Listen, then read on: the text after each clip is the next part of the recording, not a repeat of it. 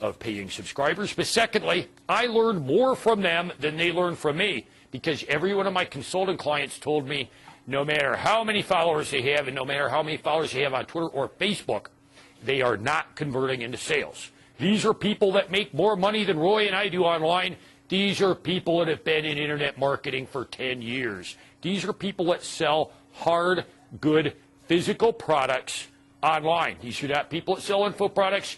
These are not people with big JVs with Reese, Kurt, and Pagan. These are people that sell products that you buy online. And they tell me, yeah, it takes 30,000 visitors to my website all told to make $5,000 a month. And Twitter and Facebook is not converting no matter how much traffic they get from them. Lastly, there's something very wrong with Twitter and Facebook. To get a large amount of followers in this kind of social media, you have to be a lot of followers. To get 5,000 friends on Facebook, you've got to have 5,000 friends. How can you manage to carry on a conversation with the people that you really want to and need to when you've got a Facebook wall of 5,000 posts flowing in? How can I maintain a conversation on Twitter if I'm using a robot to build my Twitter account and I'm following 12,000 people? I can't. And this is what most Twitter profiles look like. I tested using a robot. I built 15,000 followers in 2 weeks. And I shut the thing off and canned it, and I recommended all of my subscribers return the product, ate money on the affiliate joint venture, and I said, don't use it. Because I get 200 to 300 to 500 tweets coming in per hour. How can I find the people that I really want to talk with if I have 12,000 followers? Here's the other problem. All the people that are following you on Twitter are using auto-follow software. If you unfriend them, they will unfriend you. Yesterday, I had 12,721 followers on Facebook or on Twitter. I unfriended 104. Lo and behold, by the time I made it to the show I did last night, I had also fallen away in followers by exactly 104. If you do not follow someone on Twitter, their auto-follow software will automatically unfriend you. I constantly see my Twitter profile jump up 200 to 300 in increments of 100. Those are robots following me. The next day, or within 2 to 3 days, I'll see my number fall back the same exact amount. Twitter is besieged by auto-follow robots. And this is what an auto-follow profile actually looks like. This is mine up here. I am Chris Lang at Twitter, because somebody beat me to Chris Lang. Excuse me. Here is an example of a very good Twitter spammer profile. And it's named Big Marketer. Who wants to be a friend of Big Marketer? Sounds like he's going to try to sell you something, don't he? Excuse me. And this is what a spammer profile looks like. He has 2,838 followers, and he'll have roughly about 100 to 150 more he's following. That's because his robot goes through Twitter and follows 100 people a day. If they don't friend him back within 3 days, it unfollows them. So even if you get followers on Twitter, their auto-follow software by default will unfriend you in 3 days if you don't friend them back. How many people actually change the default settings on a piece of software? They don't. They use robots to build the profiles, and then even if they find an interesting person like you or me to follow, you're going to get unfollowed if you're not following them back. That is what is wrong with Twitter, and that's what's wrong with Facebook. And there's something very much better. Excuse me. I was at Armin Morin's. Excuse me. Yeah, let me get a sip of something real quick. This is my third show in a row. My voice is starting to go a little bit. I was at Armin Morin's show in Vegas a couple weeks ago, and I was talking to a guy on our way up the escalator down to the show, and he said, "Well, I do very well on social media. I've got 80,000 Twitter followers." I said, "Well, what robot did you use to build that profile?" And he said, "Name removed to protect the innocent." Not looking to get sued here as this video is made public. Who cares if you have 80,000 followers on Twitter? You know why?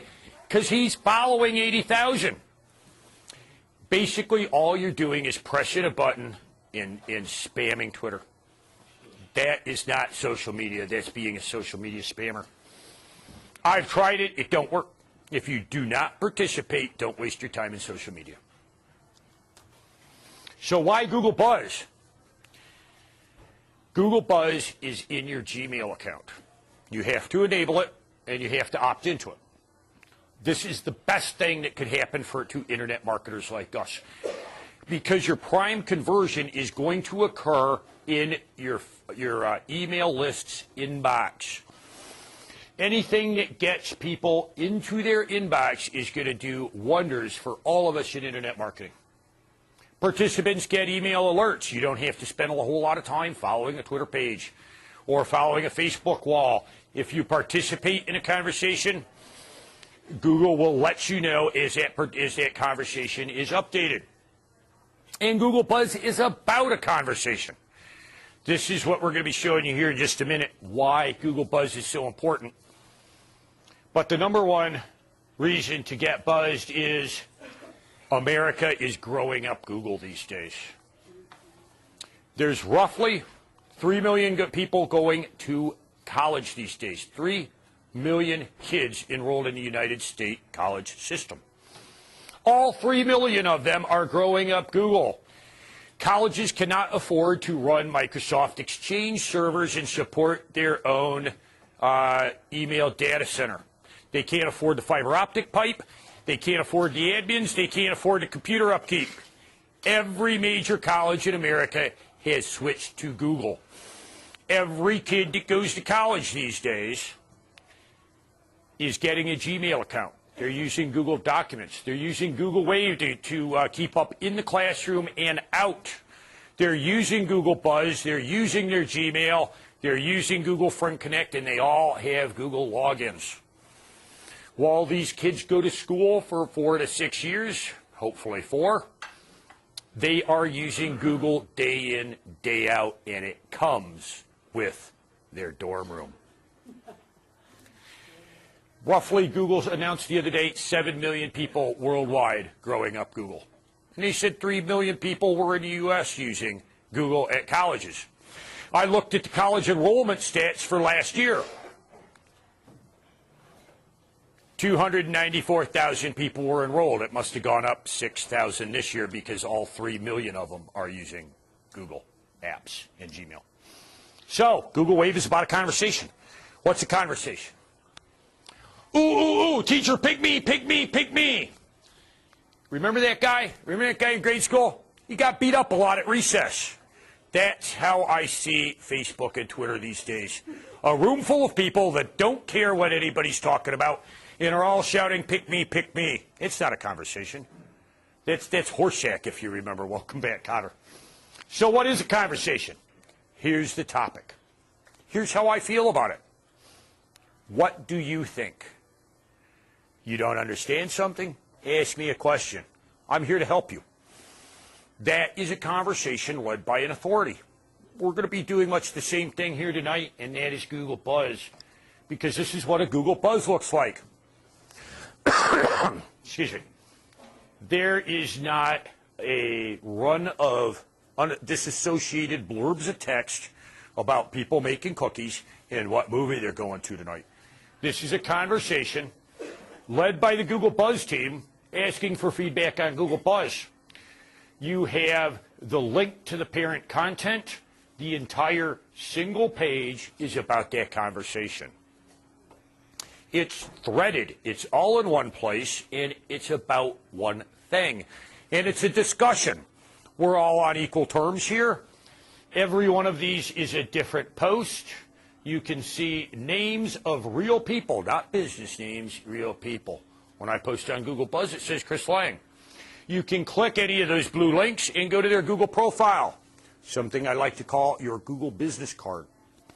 So, Google Buzz is about a conversation, and it's threaded, and it's a single discussion.